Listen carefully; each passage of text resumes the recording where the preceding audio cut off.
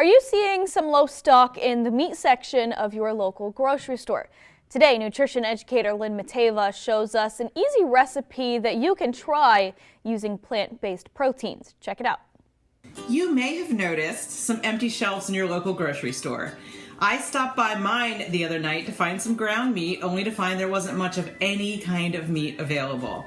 So now I know there's plenty of plant-based proteins available. We've got things like tofu, nuts and legumes, and the lentils like beans and chickpeas and peanut butter. But I was specifically searching for ground meat to put into some tacos the other night, and the only kind of ground meat that was in the entire grocery store was this plant-based meat protein.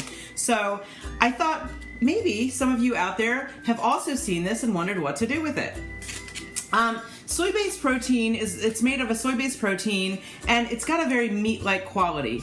I wouldn't say by looking at the nutrition label that they're exceptionally low fat or low calorie, but they are a lot lower in saturated fat than meat. So it's a worthwhile selection to try, and what better time to try it than when we don't have any meat available in the store.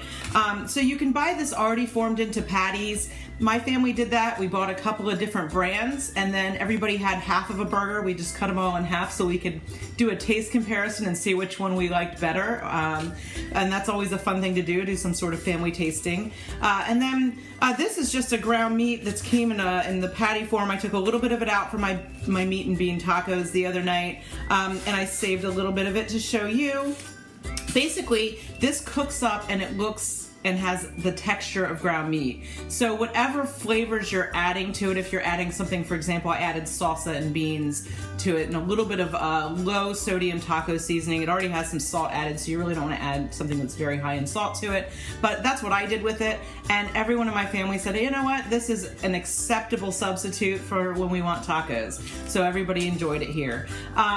Now you can, what I did today is I made some where I sauteed some of the sausage that had the sausage flavoring in it, and I added some peppers and some onions, and I'm going to make something in a moment with those for you. Now let's show you something that you can do with this plant-based meat substitute.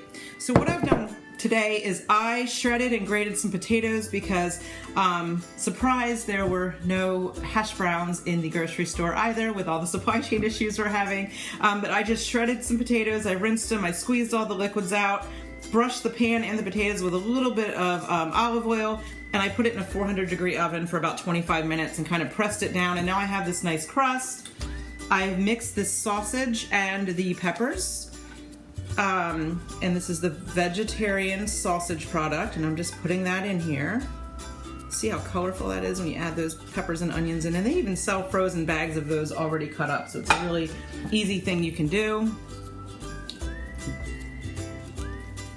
And then I always love throwing extra veggies in. I think casseroles and things like that are a great way to sneak in some extra vegetables. So I've got some spinach here. It was about 1.5 cups of spinach that I just defrosted and tossed into the microwave for a couple minutes. And then I've got 8 eggs here that I whisked earlier. I'm pouring them over the top. And you'll see all the colors of the meat and the sausage and the peppers shining through, and that's okay because eggs, they puff up when you cook them. And then I'm just gonna put maybe 2 or 3 tablespoons of cheddar cheese on top. And this is optional, but if you like cheese on your eggs, you can add that on there. And then this will go back into the oven for about 20-25 minutes until the eggs are all cooked through. And then you've got a great morning casserole you can pull out on a busy weekday morning and slice and serve, or it's even really good for a weeknight dinner. So, you know, basically the message here today is whatever you end up cooking this week, just remember it's always a great time to consume more plant-based proteins and add a variety of fruits and vegetables into your diet.